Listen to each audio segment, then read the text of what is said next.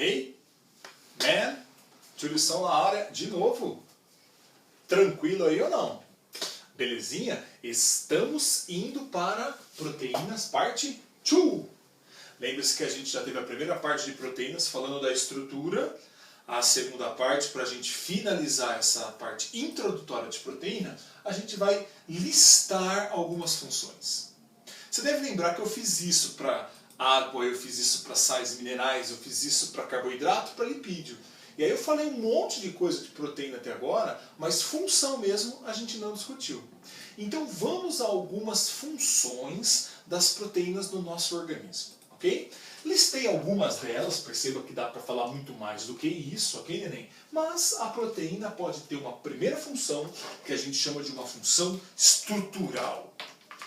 As proteínas estruturam algumas partes do nosso corpo, né? Uma função estrutural interessante. Vamos tentar entender o que significa essa função estrutural das proteínas. Ela estrutura o que? Ela faz parte do que? Ela compõe o que? A gente pode falar de proteína com função estrutural, por exemplo, compondo alguma parte do nosso corpo. Sei lá, a gente pode pensar aqui na nossa pele, por exemplo. Se a gente pensar na pele, existe proteína compondo a pele, lição? Existe proteína com função estrutural na pele? Claro que sim. Como é que a gente chama as proteínas de função estrutural presente na pele? A gente pode falar do colágeno, a gente pode falar da elastina e a gente pode falar da queratina. Veja que interessante, monstro. Colágeno, elastina e queratina são tipos de proteína presentes na pele de função estrutural. Aonde elas estão, lição? Se a gente for pensar um corte de pele, a tosco modo, tá, neném? Fica tranquilo que você vai ter histologia depois. Mas se a gente pegar a nossa pele, lembre-se que a pele ela era chamada de um órgão, porque a pele era um conjunto de tecidos. Qual que é o primeiro tecido que compõe a nossa pele, lição? A gente tinha como primeiro tecido a chamada epiderme. Então veja que interessante. Estou passando a mão pelo primeiro tecido da pele, a chamada epiderme. Essa nossa epiderme tem por característica ser pluriestratificada, ou seja, ela é formada por vários estratos, várias camadas de células. Então a nossa epiderme estratificada, toda formada por diversas camadas celulares. O que é interessante ressaltar? Se a gente for um pouco mais para baixo da epiderme, a gente tem o segundo tecido que compõe a nossa pele, que é a chamada derme. Então vamos colocar aqui como sendo a derme. Então, primeiro tecido, mais externo, epiderme. Um pouquinho mais para baixo da epiderme, a gente tem a derme. Se a gente descer um pouquinho mais, a gente tem uma estrutura conhecida como panículo adiposo. Antigamente o pessoal chamava esse panículo adiposo de hipoderme. Então a hipoderme estaria abaixo da derme. A grosso modo, né? Epiderme, derme e hipoderme. Essas são as três partes que a gente divide aí a nossa pele.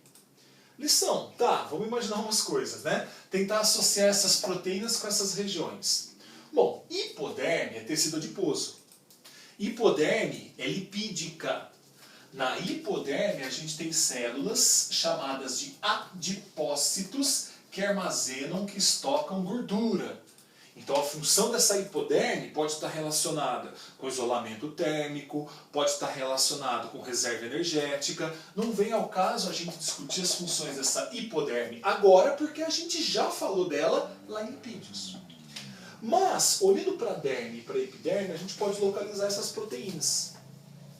Aqui na derme, o que a gente tem? Aqui na derme a gente encontra a rede de colágeno e a rede de elastina. A derme é um tecido conjuntivo, como você vai ver um dia, né?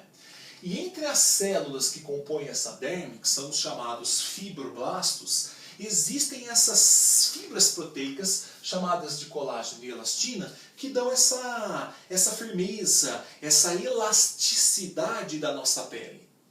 Então, presença de colágeno e elastina na região da derme. E a queratina, lição?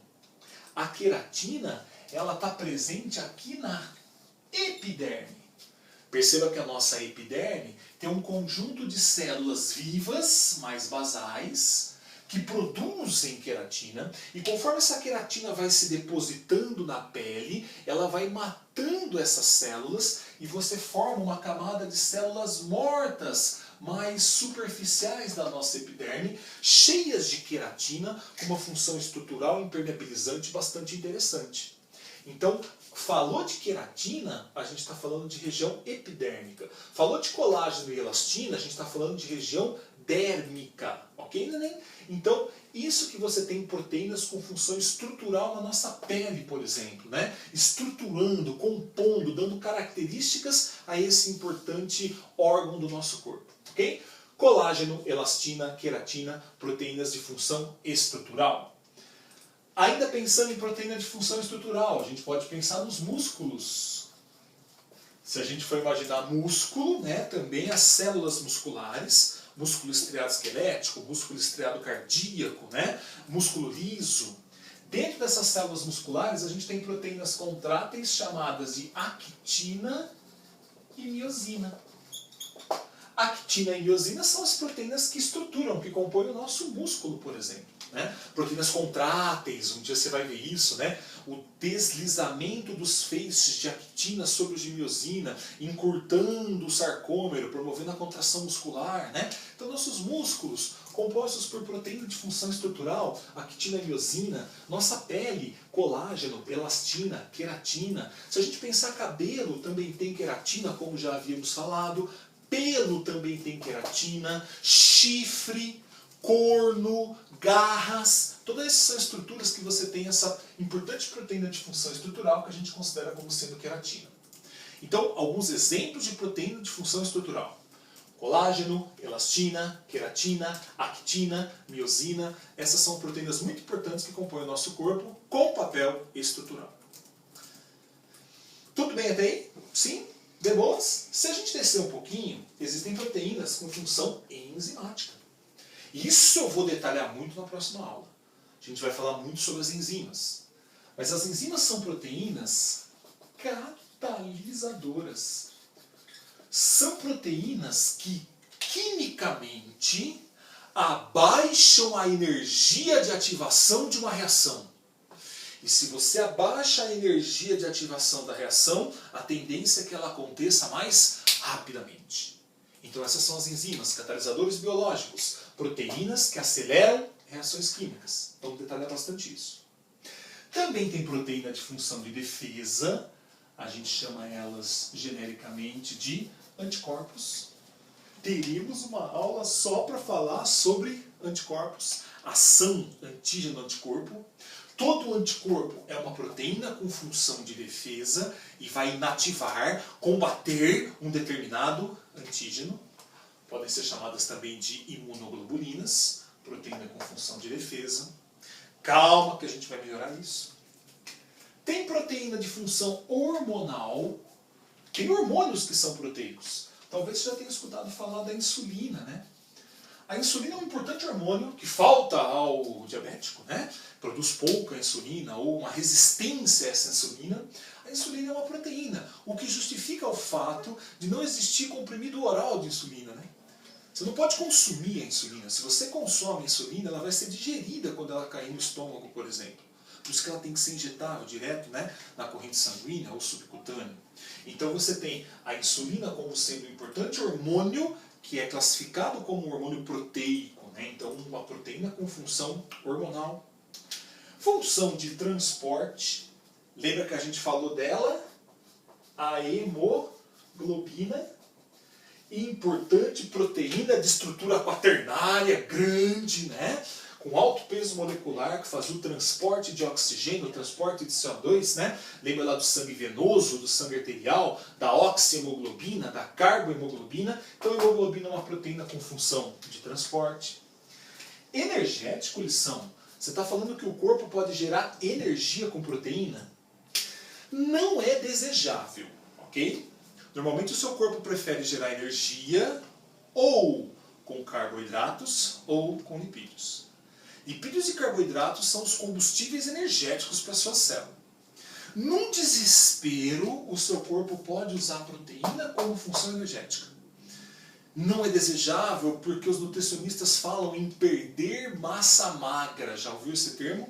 Mas é possível a utilização de proteínas para geração de energia em alguns casos de desnutrição. Enfim, monstro, se você olhar para cá, algumas funções de proteína, eu quero que você tome cuidado com o seguinte. Fica tranquilo, porque a gente vai detalhar bastante a função enzimática, vamos detalhar bastante a função de defesa dessas proteínas nas nossas próximas aulas, ok? Sem problemas até aqui, atente para o fato desse corte de pele. Tá? Atente bonitinho para essa estrutura, embora você vai ver isso melhor lá na histologia. Sim? Lembre-se da queratina nos répteis, nas aves, importante proteína que trouxe a esses animais a capacidade de conquistar o ambiente terrestre de maneira definitiva. Né?